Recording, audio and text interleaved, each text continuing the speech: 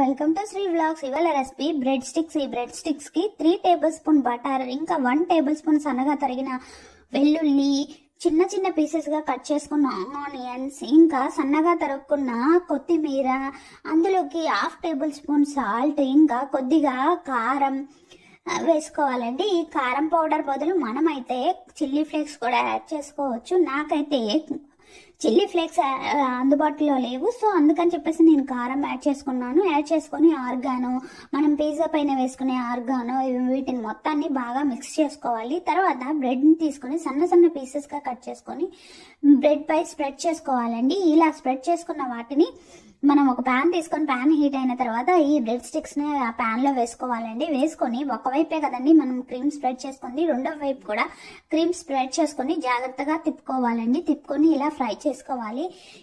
ఇంతే ఎమ్మి ఎమ్మి bread sticks ready.